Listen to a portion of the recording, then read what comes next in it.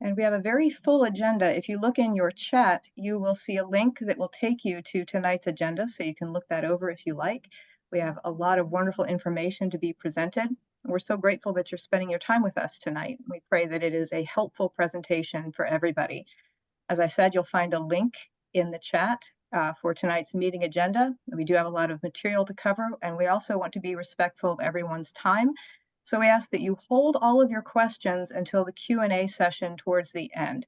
You're welcome to post questions in the chat throughout the meeting, and then I will be able to keep track of them and ask our presenters to address those during that question and answer time. And again, this meeting is being recorded, and it'll be posted on our YouTube channel in the next week or so, so you'll be able to go back and review it if you would like. At this time, I think we're ready to get started, and I would like to ask Bishop French to lead us in prayer. Thank you very much, Ken and Susanna, and thank you all for being here tonight. It's wonderful to see so many folks. We know there's a need for this kind of information and this kind of opportunity for vestry, for clergy and lay leaders across our diocese. So you are guinea pigs as we have our first gathering of something that we hope will be a regular event going forward to provide this support for our people and as a place where you can get answers to your questions. As we begin tonight, I'd like to offer the prayer for the diocese from the Book of Common Prayer. The Lord be with you. And also, let us pray. O God, by your grace, you have called us in this diocese to a goodly fellowship of faith. Bless our clergy and lay leaders and all our people. Grant that your word may be truly preached and truly heard, your sacraments faithfully administered and faithfully received. By your Spirit, fashion our lives according to the example of your Son, and grant that we may show the power of your love to all among whom we live. Through Jesus Christ our Lord. Amen.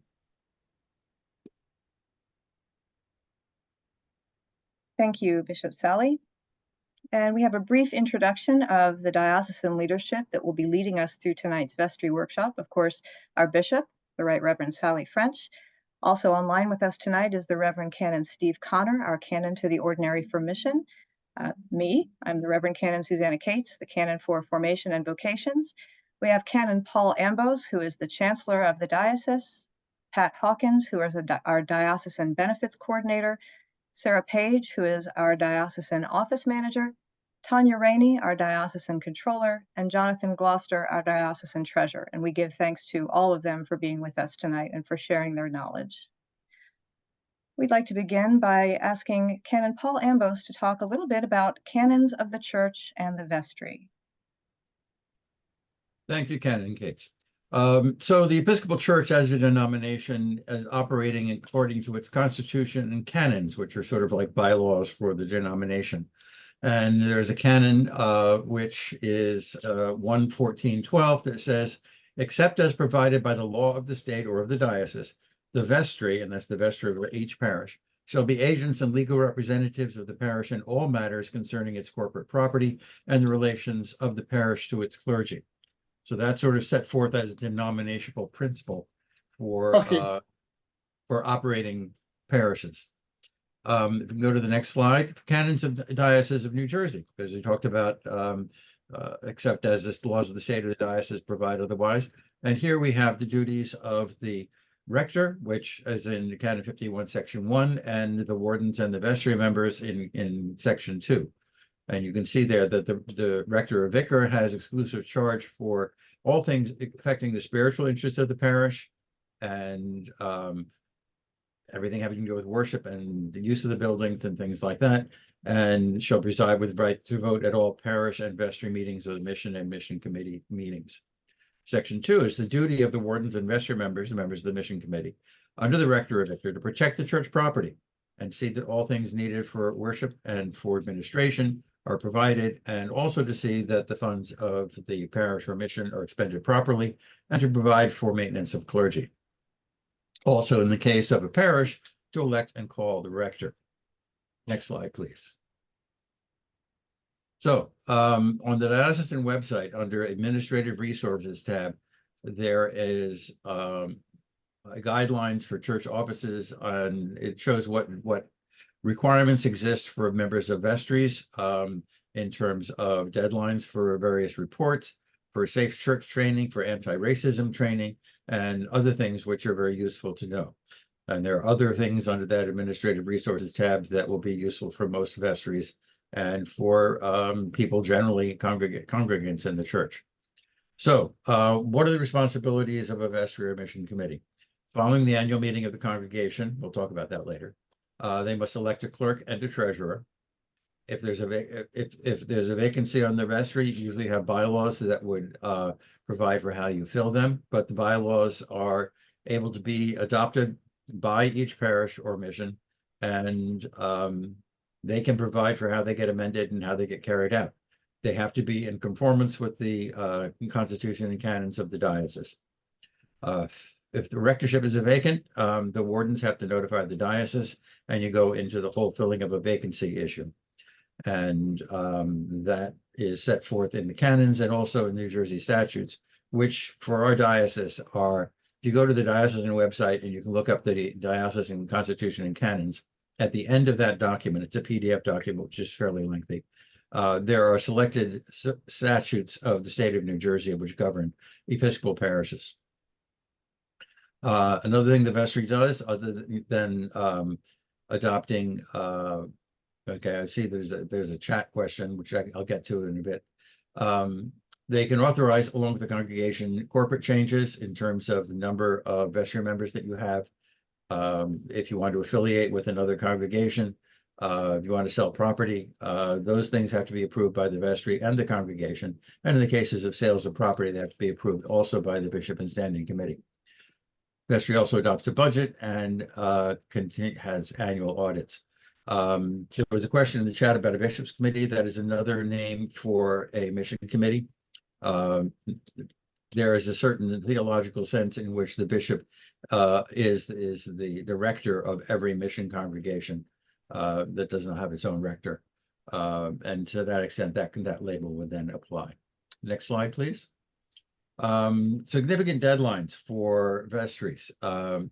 Every congregation has to file a parochial report. That's the responsibility of the vestry and the wardens and the rector, if there is one. And that is giving financial information as to the operations of the congregation and other things which they are changing from year to year. But that's generally done online. You can do it on paper, but it's much harder that way. And if you have a problem doing that, then the diocesan office can assist you in doing that.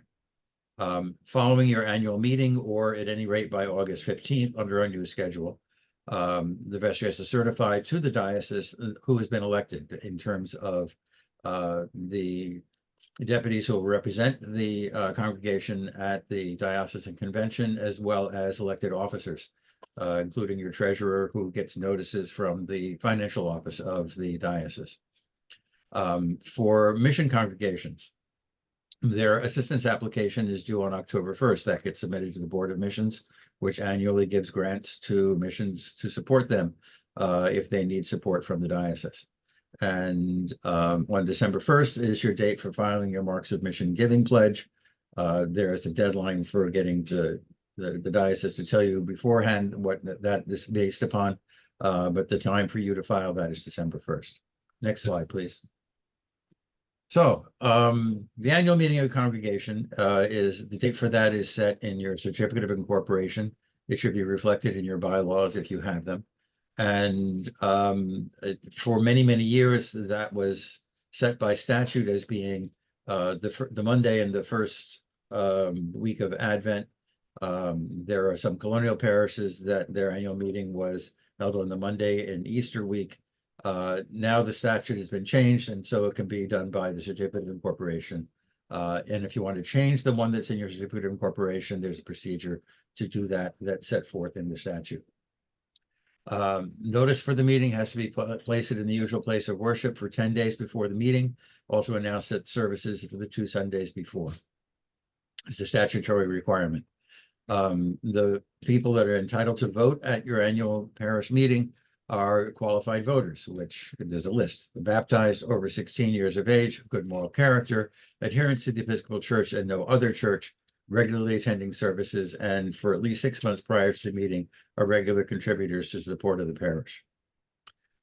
3 qualified voters constitute a quorum. That is a very strange thing that's in the statute.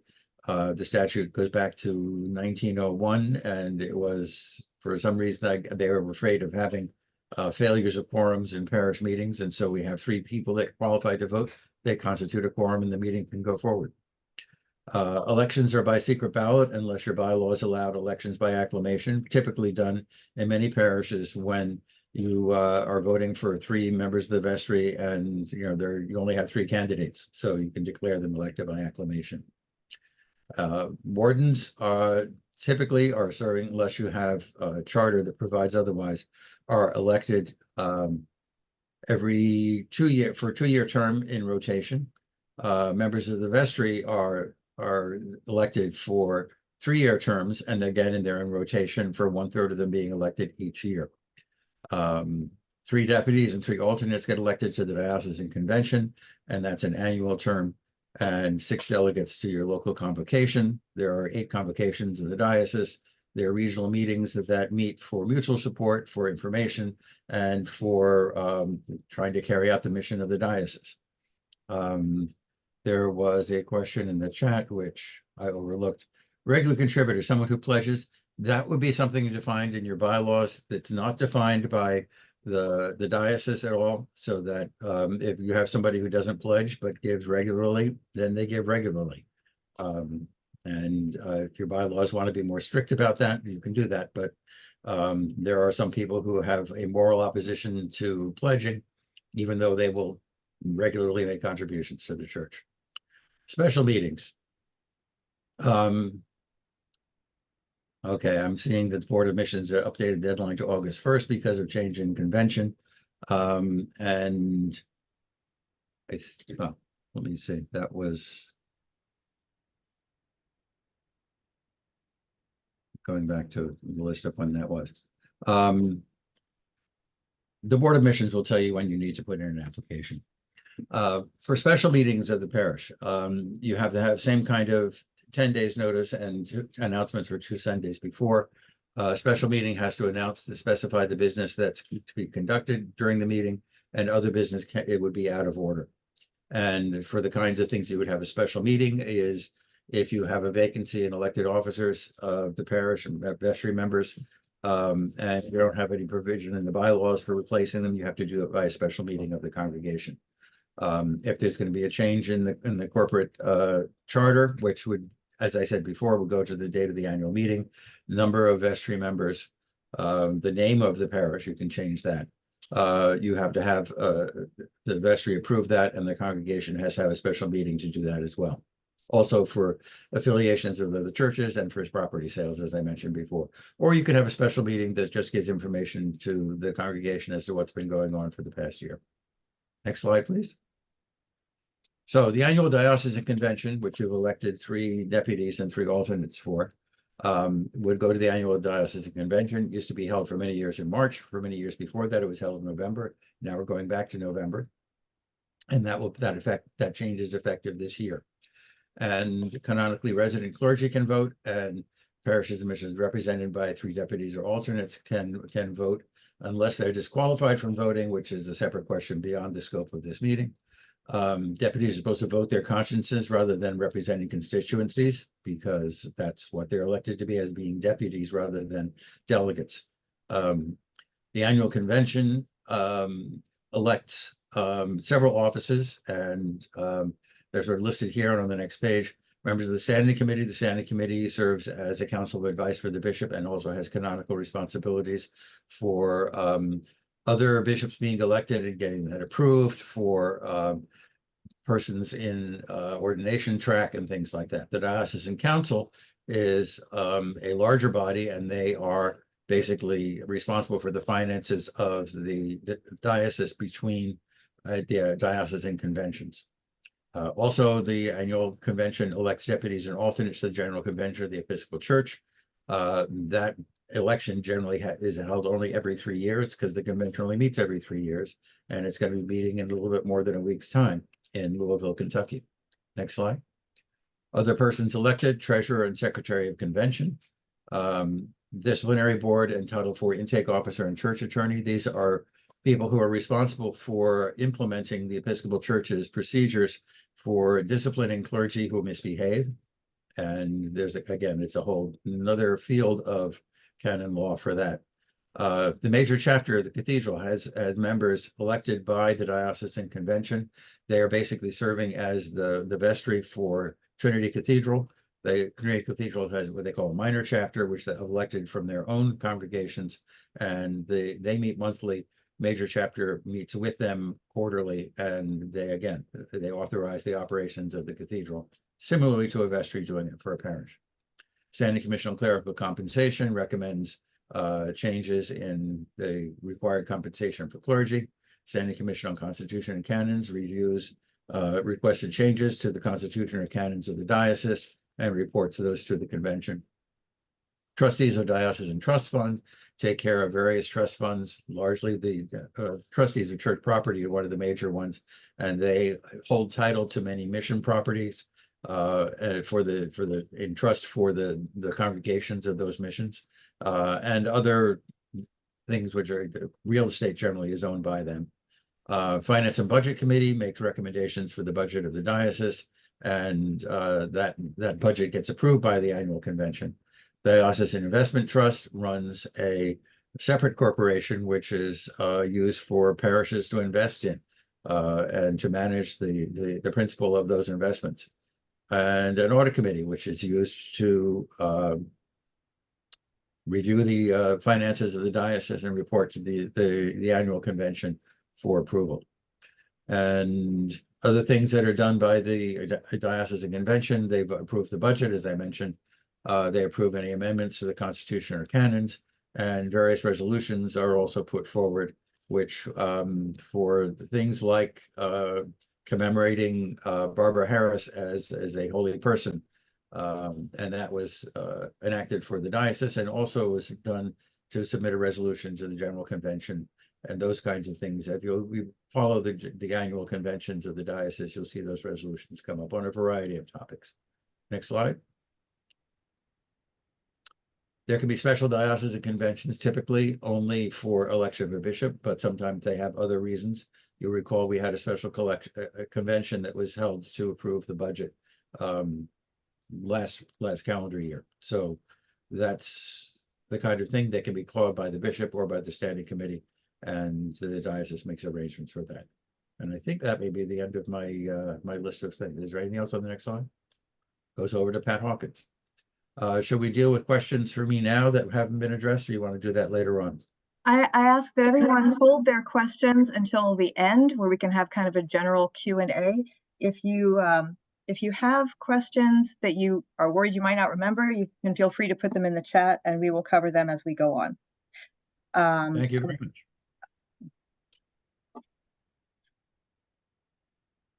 Okay.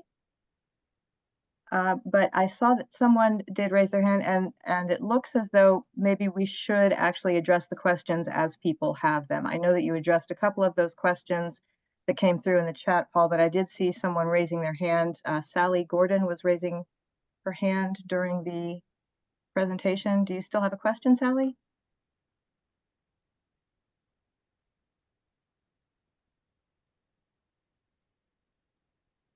No, Okay. I don't. Okay, thank you. Next, I would like to introduce Pat Hawkins, who is our Diocesan Benefits Coordinator, and she's going to talk to us about clergy benefits and how that affects our vestries. Thank you, Susanna. You want to move on to the next slide, please?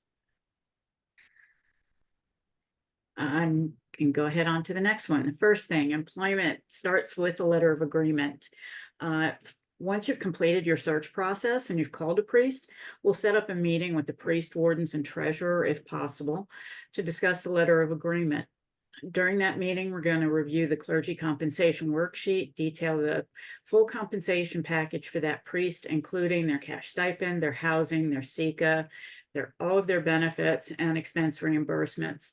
We'll also review a template for the LOA to discuss any items that may need to be modified, things like effective date, times of leave, etc. Following this meeting, I'll create the document for the LOA and have that reviewed by the bishop. You want to make sure that we're getting that done in the diocesan office. We will see folks do that on their own. They'll use an old template, but oftentimes those templates have been updated. So you want to make sure you coordinate that with us. Once the bishop has approved the LOA, I will send it out to be signed by the folks at the church. That includes the priest, the wardens, and the clerk of the vestry. Once all the signatures have been obtained, both an electronic copy and the original would be returned to me. We would get it signed in the diocesan office, and then a fully executed copy would be returned to the church. Thank you. Next slide, please. Thank you. So eligibility for pension. Pensions are the first benefit that we need to talk about. And for clergy, every cleric who is compensated and not currently collecting pension must be enrolled in the pension plan. And this includes vocational deacons who are required to be compensated at a minimum compensation level per resolution that was passed that I believe was effective in January of 2023. Would you hit the button, Susanna, please? Thank you. Lay employees who work at least half-time have to be enrolled in pension. There is no opt-out for pensions. If someone is eligible to be enrolled in pension, they must be enrolled in pension. There is no choice to that. Next slide, please, Susanna. Okay, there are 4 different pension plans that are available to us through the church pension group. The first one is the clergy pension plan, and this requires an 18% assessment. And that assessment is of the full compensation package, everything that is included. It includes the cash stipend, it includes the SECA, it includes the housing, whether that is a housing subsidy, a housing equity, or the value of church provided housing. We don't use fair rental value. That's a confusion that folks often have. CPG uses a calculation that is based on the compensation package to come up with what they consider the value of the property. The pension assessment also includes the utilities for the rectory. Anything that is paid to or on behalf of the cleric is part of that figure in calculating the 18%. The lay employees, there are 2 different pension plans available for lay employees. There's a defined benefit plan and a defined contribution plan. Most folks are currently using the contribution plan. The defined benefit plan is an older plan. It is similar to the clergy pension plan. Susanna, you could hit the button, please. It requires a 9% contribution to the plan. That's 9% of the employee's compensation.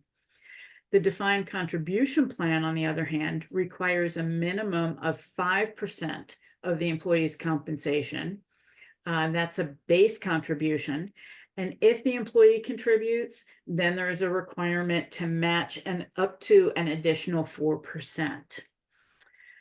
The 4th plan available is called the Retirement Savings Plan. It's an optional 403(b) plan, and that can be used in conjunction with either the clergy or the lay defined benefit plan. It's a vehicle for either clergy or lay employees to contribute pre-tax dollars to a retirement account. It's most commonly used for the clergy housing equity. I see is there a question that I'm missing here? Okay, question here. If we have an employee that does not want pension and we do not notify CPG, what are the penalties? It's not an option. You're not allowed to not enroll someone in pension. There are legal requirements that you must enroll your employees who are eligible into the pension plan. Okay. Pat, can I just suggest that The chancellor may also have a response to that question because of the legal Sure. aspect of it. Paul? I don't know. I defer to Pat. Okay. I'll Okay. say one thing with regard to, it's not necessarily a penalty, is that you would probably be liable to provide pension contributions back to the date they were eligible. Yeah, and that's yeah, Jonathan may know more about some of the details of pension legalities. Church pension is a little bit unique because although they're not subject to ERISA, which is the, I can't remember what it stands for, but that guides pension plans. They're not subject to that. However, they do follow those rules. But the rules that are devised for the pension plan are still the legal requirements. And the rules around these pension plans require that anyone who is eligible must be enrolled. Okay. Susanna, you want to hit the button there? Thank you. I think you can go ahead and hit it a couple of times. Thanks. Enrolling people in pension, you must enroll folks within 30 days of hire. For late enrollments, in reference to what Jonathan was just saying, CPG will help with late enrollment for clergy pension. Late enrollments for clergy pension will require that you pay assessments going back to the date of eligibility. And they will require interest payments on those as well. The way the lay pension plans are written, the only recourse for those is to provide a discretionary contribution on behalf of the lay employee if they were not enrolled on time. Essentially, enrolling someone in pension, the effective date of pension is always going to be the first of the month. So a new hire who starts on the first of the month, you want to submit the paperwork before they start so that we can get them enrolled for that effective date on the first. If we don't enroll until the second, if someone starts anytime after the first of the month, they cannot be enrolled in the pension plan until the first of the following month. Okay.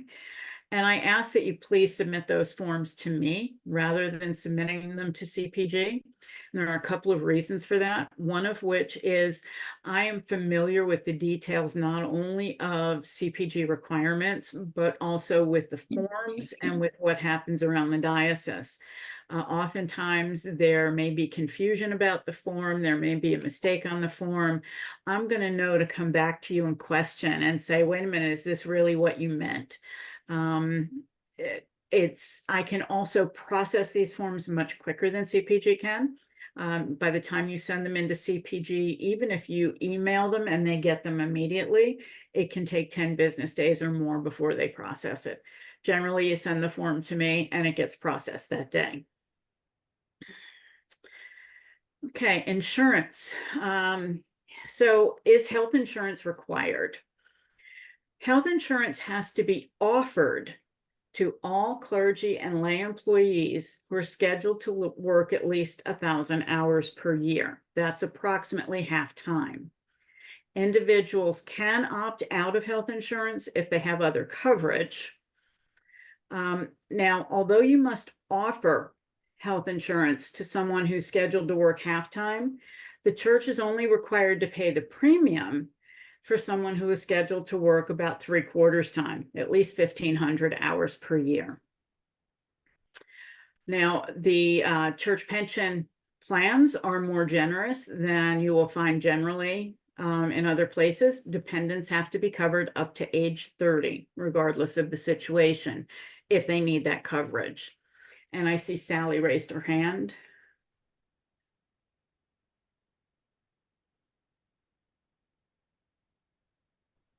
Sally, did you still have a question? No, I'm sorry. It was a mistake. Thank you. Okay. So in terms of paying the premiums, this is for folks who are scheduled to work at least 1,500 hours per year. Each year, the benefits committee determines a standard plan, and the employer is required to pay 100% of the premium for that standard plan, regardless of what tier is needed, regardless of whether it's single all the way up to family. For 2024, the standard plan is the PPO 90, but this is the first time we've gone to the PPO 90. So if someone has already been in place and the PPO 100 has been covered, then we don't expect that they're going to automatically be dropped to the PPO 90. We want you to talk with us about it if that's your situation. In general, if you've already been paying the premium for that, we're hoping that you're going to still continue to do that. For new folks coming in at the PPO 90 level, if they want to buy up to the PPO 100, the church can negotiate with the individual in terms of whether the church will pay the additional premium or require the individual to pay the additional premium through a withholding from their paycheck. Paying a premium for those who are working between 1,000 and 1,500 hours per year is negotiable. It's not required, but in certain circumstances, it can be a benefit that that helps make a decision to have a particular employee that that is desired by the church. We also have dental coverage available. And with dental and life and disability, it's a little bit different because we don't have that 1,500 hour addition to the regulations. Anyone who is scheduled to work at least half-time or greater is entitled to dental insurance. For clergy, it's required by Canon 36 that the dental insurance be provided for these folks. For lay employees, it's at the church's discretion whether or not to provide dental insurance for lay employees. However, parity does apply. If you provide dental insurance for one lay employee, you must provide it for all. And in the case of dental insurance, the premium does have to be paid by the employer for the base plan. Disability and life insurance. What's mandated by CPG and by our canons for clergy, short-term disability and long-term disability and life insurance are all included through the clergy pension plan. Those are additional benefits they have built into the pension plan. However, there's an additional $50,000 group life policy that is mandated for clergy unless they choose to opt out. For lay employees, again, it's at the church's discretion whether or not to provide these benefits. But again, if they are provided, they must be provided equally to all employees. There's the option for either employer or employee paid short-term and long-term disability. Both of those are available. And the same $50,000 group life policy is available to be provided to lay employees if the church chooses to do so. When you need to notify the diocesan office, anytime you have a new employee, anytime someone has had a change in their hours, anytime someone has had a change in their salary, any changes in compensation levels, anytime there's been a termination. And keep in mind, we use the termination, the term termination is a standard, and that can refer to someone choosing to resign. It can refer to someone being terminated for cause, and it can refer to retirement. So anytime someone is terminated from their position for whatever reason, you want to notify the diocesan office. And with retirement, the individual wants to make sure that they're notifying CPG at least 3 months in advance, because that the process to retire requires a good deal of paperwork, and CPG requires that amount of time in order to get the entire thing processed. Okay, so who are you going to call? If you have any questions, you have any issues, any concerns, any problems, just give me a call. My information is there for you. And that's it for me.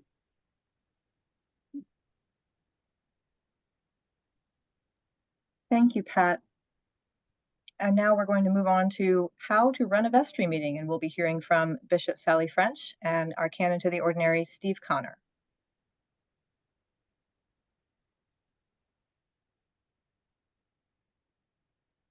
Thank you. I think Canon Steve is going to take the first pass at this, and I'll answer follow-up questions. Yes, good evening, everybody. I'm Canon Steve Connor. I am not Bishop Sally French, as you can probably tell. One of the things that you hear many times is horrendous stories about vestry meetings lasting 3 and 4 hours.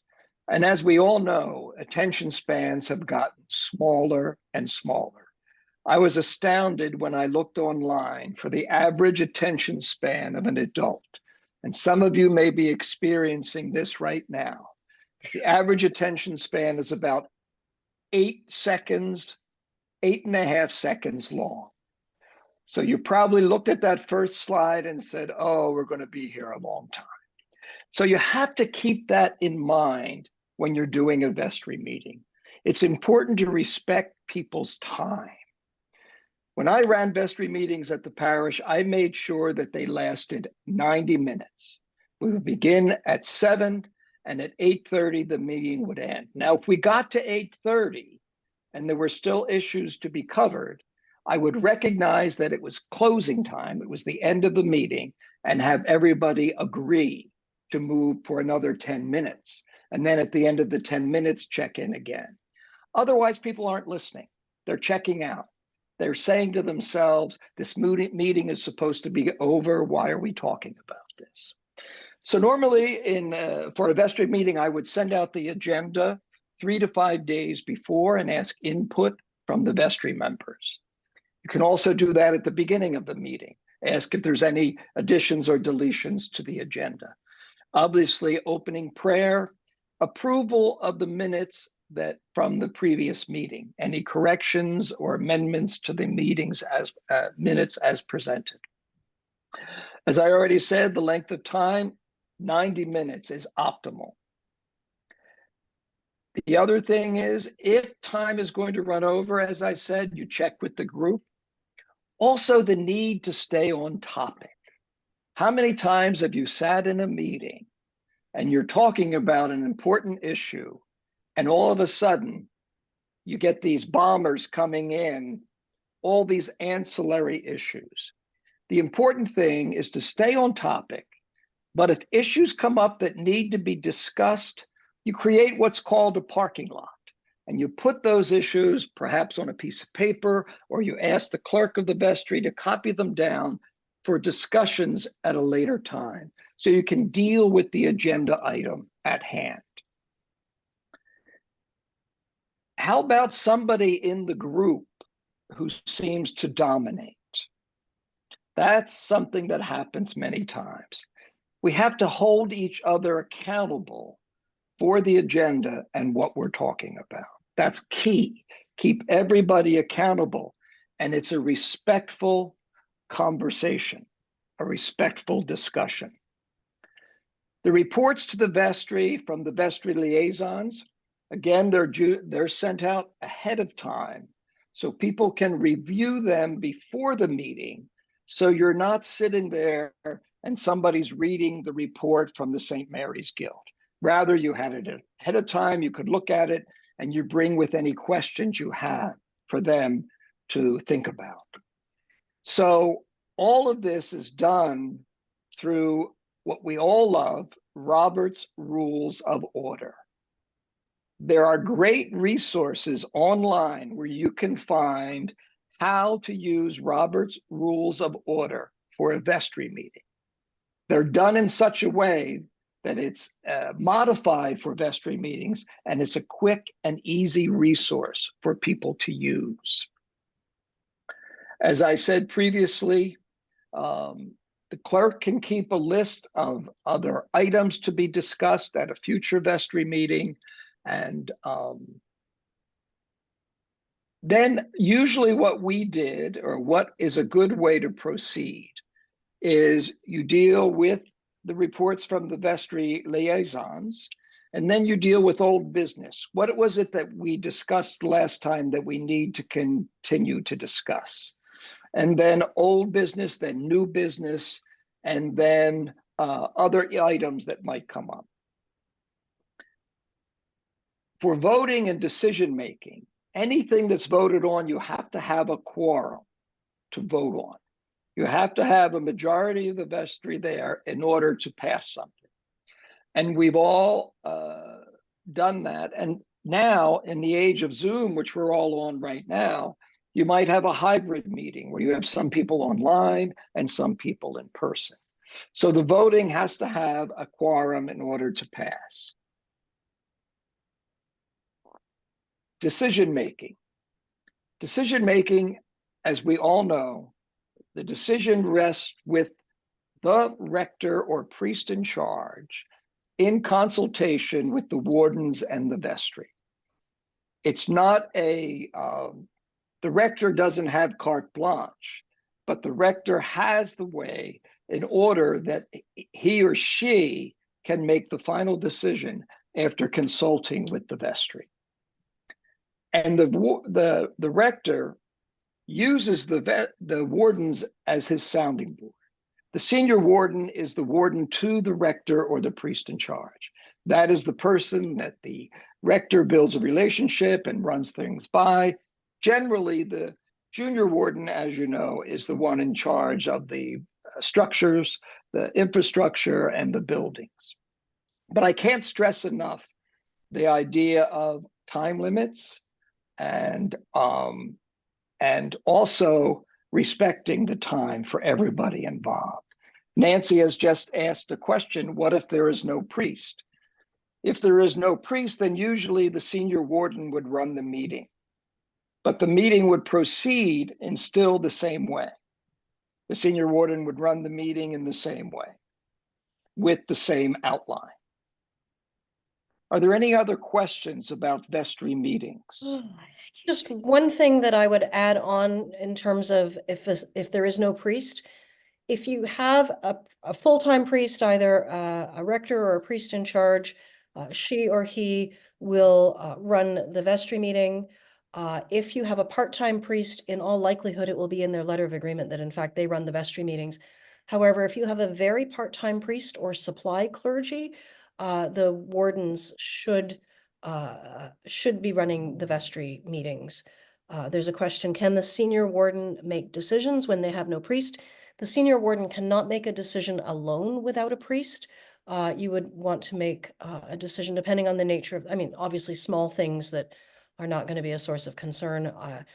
You can empower people to do that, but you would not want to make a large decision without consultation and collaboration. I would say that if you have a potentially contentious decision and you do not have a priest, please reach out to us and we will walk you through the process of making an appropriate decision. Depending on what it is, we want to be in relationship with you and helping you. That goes for me and all of my staff. And so there are folks who can be just call and ask, and we'll let you know if we think it's something you can carry forward, or if you want to have a vestry meeting and make decisions there, or if there's a need to bring someone in to help facilitate a vestry conversation.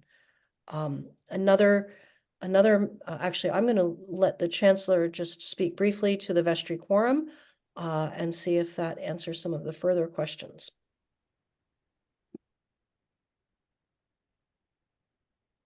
In New Jersey, a lot of minutiae as running a parish are in the statutes, and one of those things is what constitutes a quorum for vestry meetings. And I put that into the chat. Basically, it depends upon whether the rector is there, and if there's no rector there, then there are other things that apply. But you can have, if you have the rector, both wardens, you can have one less than a majority of the vestry members, and that would constitute a quorum for business. Again, if you have any significant number of absences in a vestry meeting, go check and see what the statute says. Again, it's at the end of the Constitution and Canons of the Diocese, and make sure that you have a valid quorum to do business. That's an excellent point. Thank you. I note someone added the comment, we've been without a priest for a long time. Can I ask what congregation you are from? Holy Apostles Episcopal Church. Okay, thank you. My hope is that we're quite close to that no longer being the case. But We're hoping. we're all very hopeful. And we're slowly moving towards that not being the situation. But that is a scenario where the vestry should be led by the wardens at this time. And it is being led by the wardens. I was just questioning, can the wardens and the vestry make major decisions without a priest? Absolutely. You are Okay. empowered to do that, and we are grateful for your leadership. So Okay. thank you. Thank you. Are there any other questions at this time?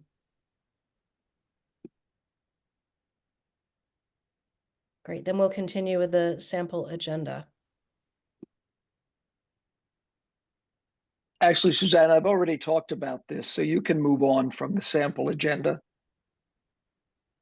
We're moving quickly through. We can continue with parochial reports.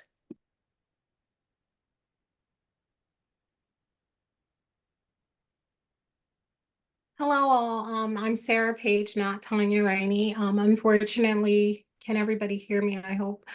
Tanya was not able to attend tonight. She did have an emergency, so I'll be taking on this portion of the session. Susanna, you can move to the next slide, please. So the parochial reports are sent out by the Episcopal Church. Usually they come before the end of the year, so you should receive them before January. And it includes the instructions, usually with the application, and then a list of the deadlines, which Canon and Bose indicated is March 1st. When you receive your packet of information, it's helpful to go through it to try to gather some of the information that's requested in the form. They have instructions that are concise and really walks you through each section, but of course the office of the diocese is also available to assist with that. And then usually the beginning of January is when the online portion of the website opens where you can start entering. It is extremely helpful to try to complete it online because most of the calculations and the data that was submitted previously for last year is already imported. And so it takes out some of that. And also it can actually help with making sure the calculations are correct. Some people find it helpful to gather all the information to complete the paper form and then input it on the website. Tanya did want me to emphasize some of the errors or things that she's noticed because we do get them and we have to verify the information that's being submitted before it gets completed with the National Church. And some of it is the investment income and the calculations, just to make sure, again, that the calculations are accurate and that you're incorporating all the accounts. And then also with the, usually things change throughout the year where the active members have changed or somebody realized the records were incorrect. But you can correct that. There's a place on the form if the information last year was incorrect. But generally people just add the new number, but you have to calculate of what was submitted last year. So just being mindful of that as well. So those were like the main two things that we've noticed that we've had to go in afterwards to correct. And then the report is there are required signatures and reviews that are required before it's submitted to the National Church. The priest has to sign it, the wardens and the treasurer, and the clerk of the vestry as well. And then there's additional questions now where they ask how many people have actually reviewed or participated in completion of it. Again, if you have questions regarding login information or the form, the finance team is always available to help out. And that's really all we have. Thank you for calling Common Solutions of America. This is Shelton speaking. How can I help you? Shelton, your phone's not muted. And so that's mainly it for the parochial reports. They are discussing now that they may change the format, but we haven't received confirmation. It might be after general convention. So you may see some changes from the parochial report that you received in prior years going forward. Can I just jump in and say, I have seen the initially proposed form, Yeah. and it is easier. It is Yeah. much more straightforward, and the written questions it's clearer and they are briefer. So while I expect there'll still be some edits on that, you can look forward to next year's parochial report likely being a gentler and more supportive process for you. And we'll keep you posted as that moves forward. When the information is available, it will be shared. Thank you, Bishop. So on to fun stuff, congregational audits, finance. Everybody loves finance, right? So for the audits, it is a canonical requirement that the church has to submit. And then these are some of the reasons why we like, why you should audit. It gives you a clear picture of your financial position. It can also show financial controls, make sure financial controls are in place, and also the fiduciary duty for the church and all the accounts of it. And also, it can also expose risk that you may have or not aware of. And then again, it is a canonical requirement. There's different types of audits that you can do. You can use a certified public accountant, an independent licensed public accountant, or you can have an audit committee. We have found that most of the congregations try to do the audit committee format because of mainly cost. As most of you know, using a CPA or independent licensed public accountant could be costly. And so a lot of the congregations do use the audit committee. Next slide. These are just generally what the audit committee can condense of. It has to be, the persons that are part of the audit committee have to be independent from the financial record keeping and functions. You should have at least one financial expert with accounting knowledge on the team, and then it should be at least 3 members. Sometimes it's helpful, like if you can swap with different congregations, like you audit their financial records and then they would audit yours. So that would alleviate them being in control of the financial records because it would be a different congregation. Next slide. These are the objectives of an audit. Financial statements prepared from financial records and present fairly the financial position and changes in net assets and cash flows.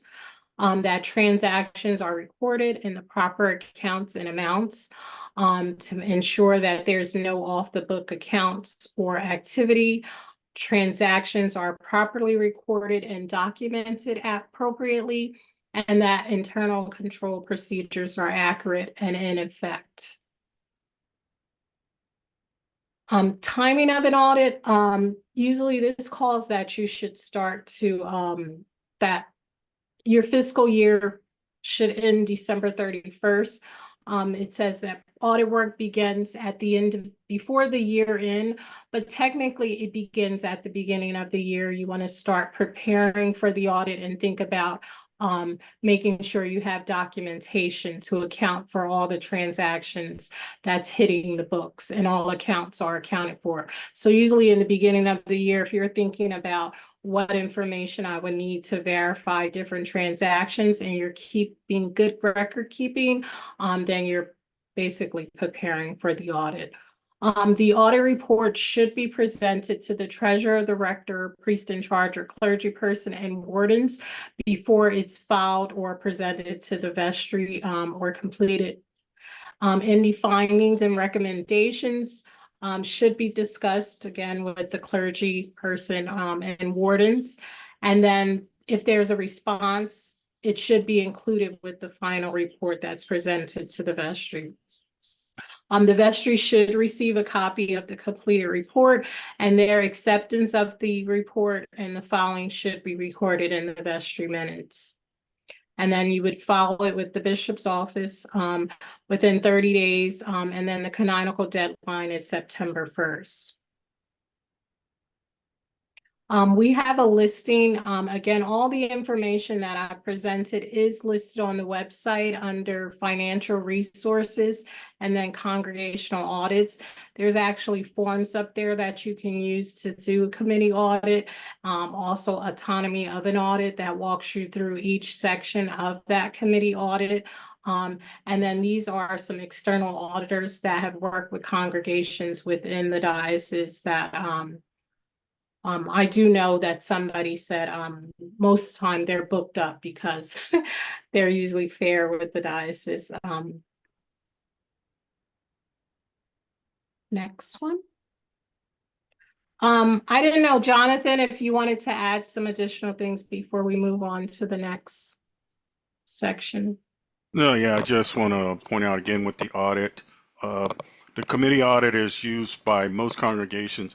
I will say if you haven't had an audit in several years and really not clear about the financial process, it would be good to do some consultation with those independent auditors. They may not do the full audit, but it may be worth having some consultation with them, especially the audit committee members, so they can help structure how the committee audit should go. And once you've got an audit in place, and a fairly comprehensive one for 1 year, they should be fairly straightforward in subsequent years, especially if you keep some continuity on the audit committee. You don't need the same 3 people every year, but it's good to have at least one person continuity so that they remember what was done from last year. And in terms of vestry, this is your opportunity to determine are you getting adequate financial reports? The controls should be in place to detect any anomalies. So that's what you want to look for, to make sure the controls are in place so that if there are any anomalies, they can be detected in a fairly timely manner. The one thing in terms of a CPA audit, if you're going to an external funding support, a grant or something like that for a major capital campaign, whoever's providing that funding may require a CPA audit, and that's significantly more cost. So, but for the diocese and the canonical requirements, it's not required that you do a CPA audit every year, but it may be in some cases required at some point if there hasn't been an audit done for several years. That might be a way to get things back in order.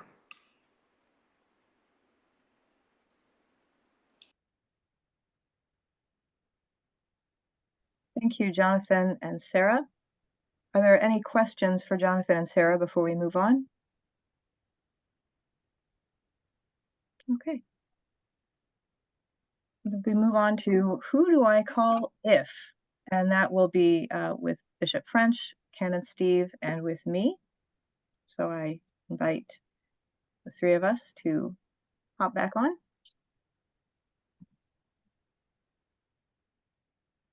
Thank you. I would say if there is an emergency, parish or mission, I think when we do this again, we'll make sure that mission congregations and mission committees and bishops' committees are reflected in this. But we definitely, if anything that you would consider an emergency, then whether it's a property issue, if the roof falls off, or the rector is arrested, or anything happens that is, very, very significant. We hope none of those things happen ever, but if anything does happen, then please reach out to my office. You can reach out to me directly. You can reach out to Morel, my executive assistant, Miss Morel White, or you can reach out to Canon Steve Connor, and one of us will respond to you as quickly as possible, and we'll move forward with the support you need for any emergencies. If it's Title IV issues, those should come directly to me or to the intake officer. If it's a question, we do have an intake officer in this diocese. That is Canon Karen Mitchell, and she is the person who receives reports. If it is a matter, because there's confidentiality around Title IV matters, I would prefer that that not be something that you simply take up with whichever member of the staff is you happen to be talking to, but reach out if you can to the intake officer or to me or to the chancellor as people who will be able to respond to concerns in that area. And there is significant information online about what Title IV is. For those who don't know, that is the clergy disciplinary process. It is in the canons of the Episcopal Church, and there is also a whole website devoted to that. It is complicated and intended at its heart to lead to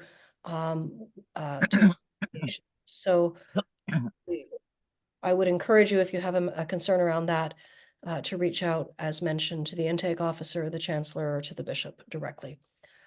For congregational support, I'm going to ask Canon Steve Connor to address this. If you are, if there is some conflict within your community that you need help with, or if you just want to reach out to the diocese to have a diocesan presence to come to the parish to speak to a group about a certain topic, I, as the canon to the ordinary, I'm always happy to do that. And congregational support doesn't have to be just about conflict. Congregational support can be a new idea the congregation has, or resources of the diocese that the congregation would like help with. And so one of the things that the diocesan staff is working very hard to do is to respond to inquiries into the diocese for information or resources, is to respond very quickly in a timely manner. Even if we don't have the exact answer or you may be looking for, at least to let you know that we have received your question or your situation and that we will find out what is needed and get back to you as soon as possible. Because I think what's important is that connection. Because as you know, we as the diocesan staff are here to support you in your ministry and your work. Thank you. The other thing to be aware of there is we have a dedicated staff member who supports our Hispanic congregations. That is Canon Ramon Ubiera. So if it is one of our Spanish-speaking communities, or if your support need includes someone who speaks Spanish, please reach out to him directly. And we have a canon who supports our congregations of African descent, and that is Canon Clive Sang. So if you have a concern, if you are in a congregation of African descent and you have a concern, or if you are a member of the clergy of African descent in our diocese, then he provides an additional layer of support specifically to respond to the concerns, the unique concerns that you may have. And so we do have a couple of other staff folks there, and we are in the process. One of the things we've recognized as we do the work to get our financial house in order is that we are moving back on track with some of our, we're moving ahead with some of our audits, for example, and we're starting to get a better handle on where we are, and it's been good news, which means that we are moving forward with hopes to bring on a canon for congregational support who will be very specifically working in this area as well. So stay tuned for more information regarding that. And it won't be immediate, but hopefully within the next couple of months, we'll have some good news there. And finally, in terms of congregational support, if folks from vestries and clergy and lay leaders across the diocese want information, if you can sign yourselves up, if you don't already receive it, for our Good News in the Garden State emails that come out weekly, they're a good source of information, not just about things that are happening, but also about who you might contact for different things related to support for congregations. I'm going to turn it over now to Canon Susanna to talk about formation. Thank you. I am delighted to be able to assist our parishes and our missions and other groups of folks in our diocese with any formation support. What does that mean? It means with adults or youth or children. I have a wonderful team. It's Ann Delgado and Claire Gutwine, who are working with lifelong formation and with youth formation, respectively. We are in the process of putting together resources, and they are available through the website. We also make sure that we update the Good News in the Garden State email that goes out. So as Bishop French said, please do sign up for that if you haven't already. But in addition to providing resources, kind of putting those out there for you, we are also delighted to engage in conversations with you when you have questions about how to offer different kinds of formation resources for your own churches or your own groups. Resources for that, conversations with your formation teams, whether they're teaching children or youth or adults. If you're looking for ways to do that better or differently or in a way you've never done it before, or a way you have not been able to do it at all, that's part of what we're here to do, to help you resource your own teams.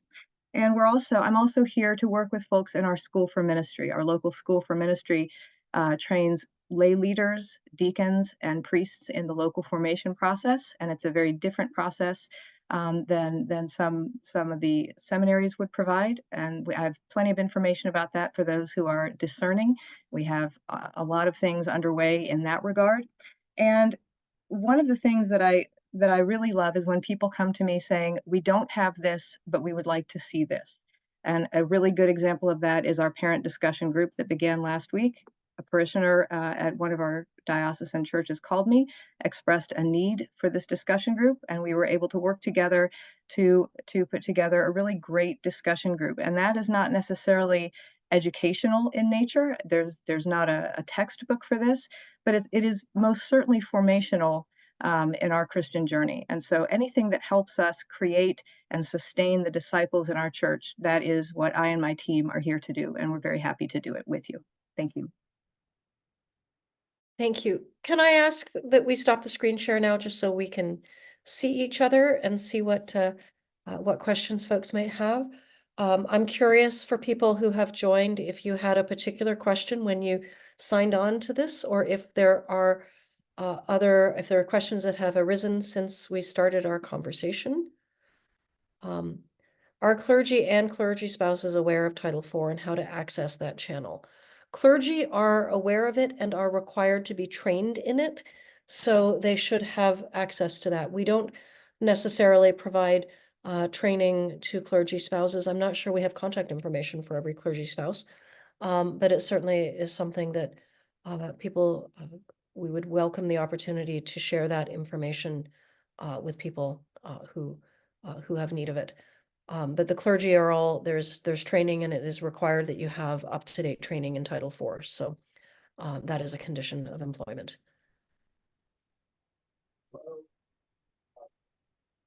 Still there?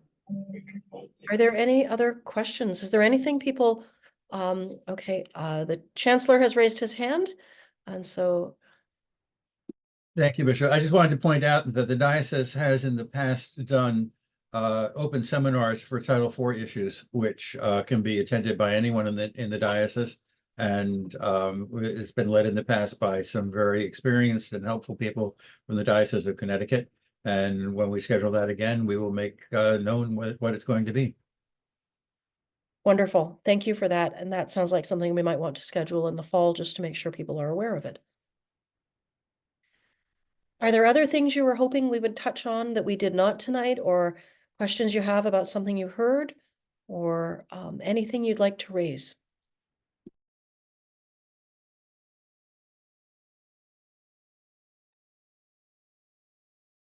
Was this helpful? Okay, great. Okay, I'm glad to see a few folks. Aiden, I see one hand raised as well. So Aiden? Yes, I was just curious because I know that there's a few new clergy on here, and I'm wondering if there could be like a more of a best practices in terms of leading vestry members or leading a vestry meeting. You know, obviously time and agendas and things like that, Robert's rules are important, but what about the more in-depth stuff? What does that look like for new clergy? and maybe putting together something for those of us who are just learning. Thank you for asking. You're new to your call and you haven't had a full-time position before, so you have not yet joined in our Fresh Start program. I Fresh have Start is, okay, well, you joined, then you've joined in 1 or 2 sessions, I think. Yeah. since November, September, something like that. Yes. So the Fresh Start program that's the program we offer to clergy who are new to their cures, whether it's they're newly ordained or they're newly in their assignments. And so that would be a place where we would offer that kind of training and support. However, Fresh Start is an 18-month commitment for clergy. So it takes place over 2 years it breaks for the summer. So I suspect that you will get what you're asking for sometime in the next year. When the program resumes in the fall. We try to keep it interesting for folks, and because people move in and are out when their jobs begin, if your position starts in January, then you join Fresh Start in January or February. So you might not see it initially, but you should get that kind of support right there. Jean.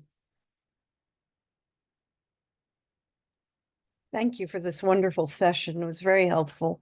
I wondered, we have an amazing office manager who writes all of our checks and handles the bills and so forth, prepares the checks for the wardens to sign and so forth. But I wonder what role she should have in our audit. It's not a good idea to have the person who's writing the checks and making the deposits be also the person who's evaluating the process of writing checks and making deposits. So I would encourage you to set up a committee of folks who may not have a hands-on component with the funding part. I think the treasurer may also have something to add to that. Yeah, that person, typically the office administrator is the one providing, or the bookkeeper provides information to the audit committee. The focus of the audit committee is to do that independent assessment. So the role is they would provide the information as requested, but as Bishop French mentioned, they wouldn't be part of the audit committee itself. Or working with the CPA. Yeah, they would work with the CPA to provide that information. That typically the person writing the checks and doing that is one of the people on the finance team that has a role. There's a link there to the church guidelines on the slide there. We have one sort of financial records. I've been misstated there, but there's a book that kind of flows through how those responsibilities are divvied up in there. But so the finance people are always working with the audit committee, but they're not necessarily one of the audit people and wouldn't be writing the audit report themselves. Thank you.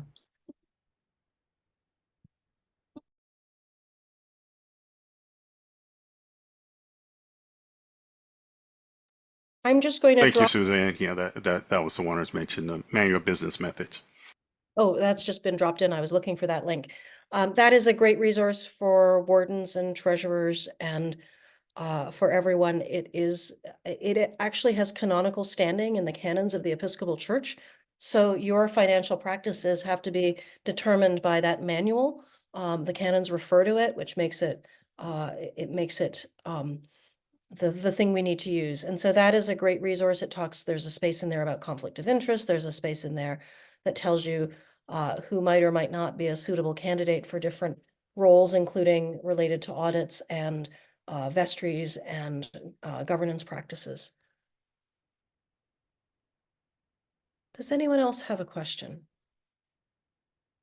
These are great questions, so.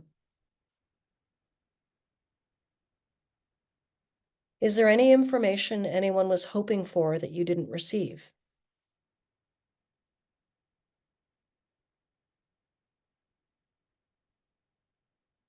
I have a question for you then. How many of you would find it helpful to have an online meeting time for vestry members, wardens, treasurers, perhaps every couple of months, hosted by diocesan staff, just a place you can come to get questions answered? And maybe it's got a seasonal focus, so we can offer something in the later part of the summer to focus on audits. Maybe we can offer a session in the fall to focus on clergy compensation, something in the beginning of the year to talk about the parochial report. all of those different functions. Would anyone attend if we did that? Okay. And how many of you would find it helpful to be connected to be connected to others in similar roles? So for example, a warden's listserv. I realize we do a lot by email these days, but it really does seem like a helpful way to get conversations going. So we will talk about this and about the ways that we can provide additional networks and support for you, and we will see what we can put together in the next few months as we prepare for the fall. What else would be helpful?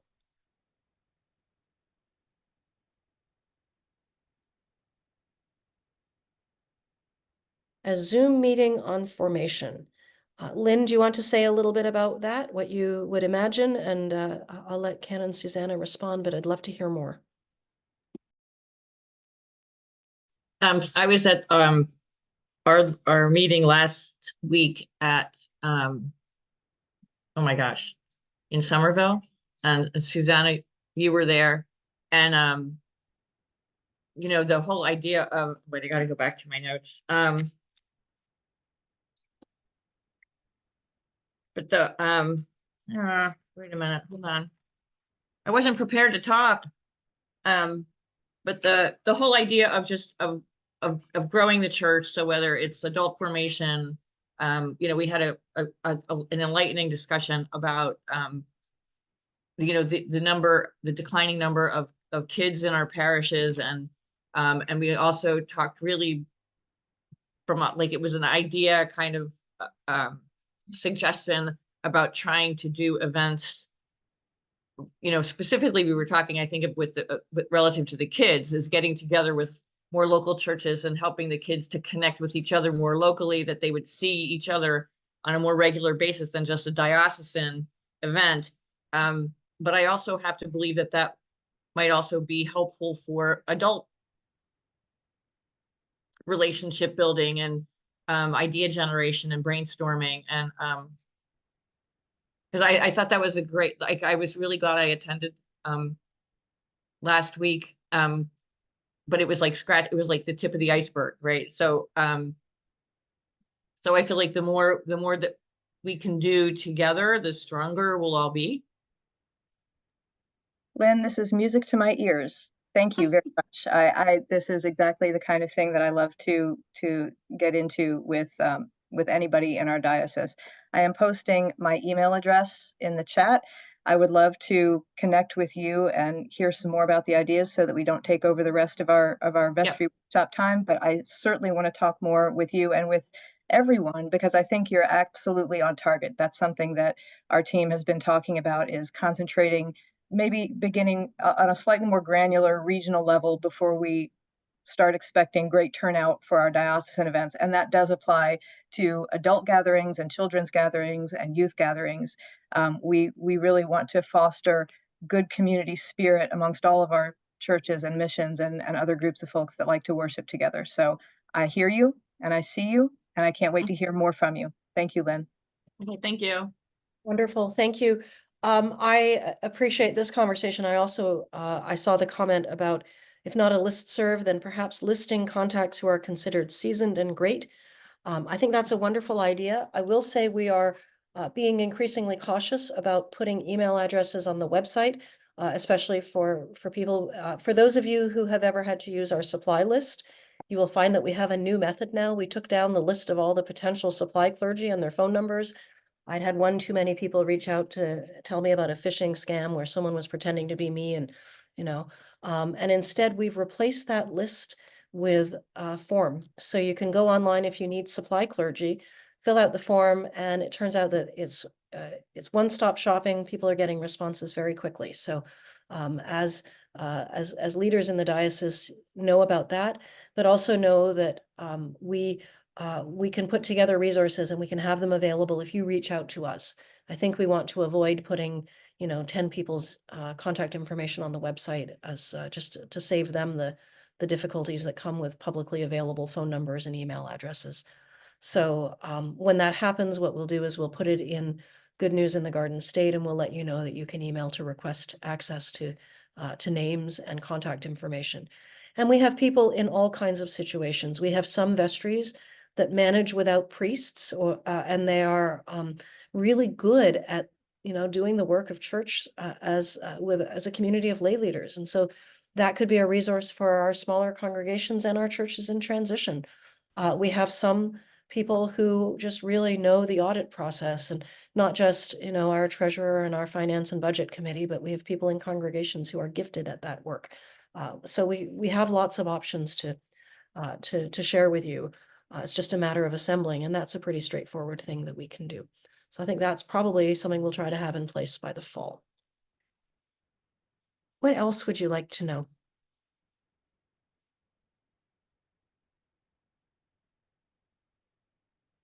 Well, talk about 8 seconds worth of attention span. You've definitely put, 1,000% into tonight. Appreciate your time and your commitment, and I'm grateful for your dedication to your congregation and your clergy and the lay leaders in the congregations. You're doing amazing work. I'm fortunate, it is such a gift to me to go on 1 or 2 visitations every Sunday and to get to see what's actually happening in our congregations. And I have to tell you, everywhere has something going on that's exciting. I haven't found a single congregation that didn't have a ministry, a connection, a way of being present in the community that is truly life-giving. And I know why everyone loves their church, right? We love our churches because they are community for us, but they're also profoundly meaningful in making a difference in the community in the name of Jesus Christ. And that is wonderful to see. And so I'm grateful for each of you and for the work you're doing and the ways that you're supporting your congregations. We will do this again. We'll fine tune it and put it together and make sure that it's available for folks probably in early September. And we did record tonight, so we will have that available for people who missed tonight or otherwise weren't able to join at the very beginning. But I think there's a real need for us to offer these opportunities for connection, not just with the staff and with me and with our leadership, our chancellor, our treasurer, and others, but also as you connect with one another. It's wonderful to hear about the places where ministry is happening and the questions you have. Everyone's questions somebody else would resonate with, and that's great. So I'm glad you asked those questions.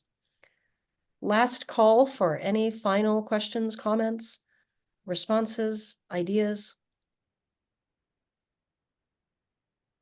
The Lord be with you. Let us pray.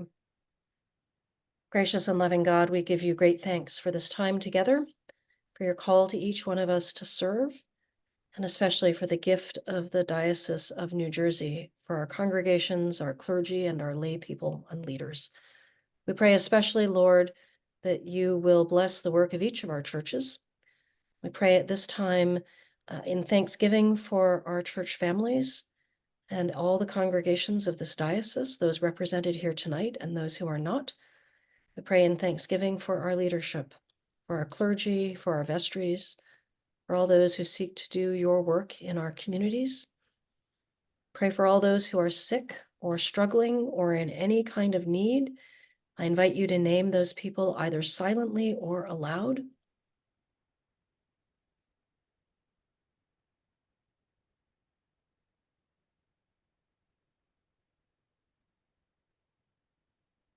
I pray for all places where there is conflict. Pray for conflict in the world, praying for peace, especially peace in Gaza and Israel, in Ukraine. Pray for all places where people are suffering, praying for hope and health and strength.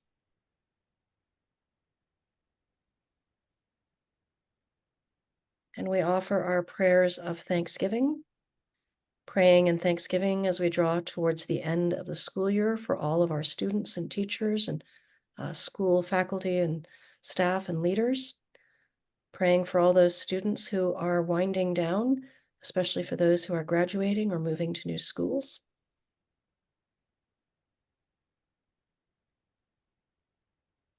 Most of all, Lord, we pray in thanksgiving for the gift of your presence and the risen life that we share in through your beloved Son. We pray that as we go from this meeting tonight, you will keep us strong and faithful Help us to engage more fully in the mission and ministry you set before us. Bless us in the name of the Father, and of the Son, and of the Holy Spirit. Amen. Amen. I don't know if we have a deacon on this call or not. Often we do. If we have a deacon, feel free to jump in with a dismissal. Alas, we have no deacons. Canon Susanna, would you do a dismissal for us? Go in peace to love and serve the Lord. Alleluia, alleluia. Thanks be to God. God, hallelujah, hallelujah. Hallelujah. And thank you all for being here tonight. Bless you and good night. Good night. Thank you.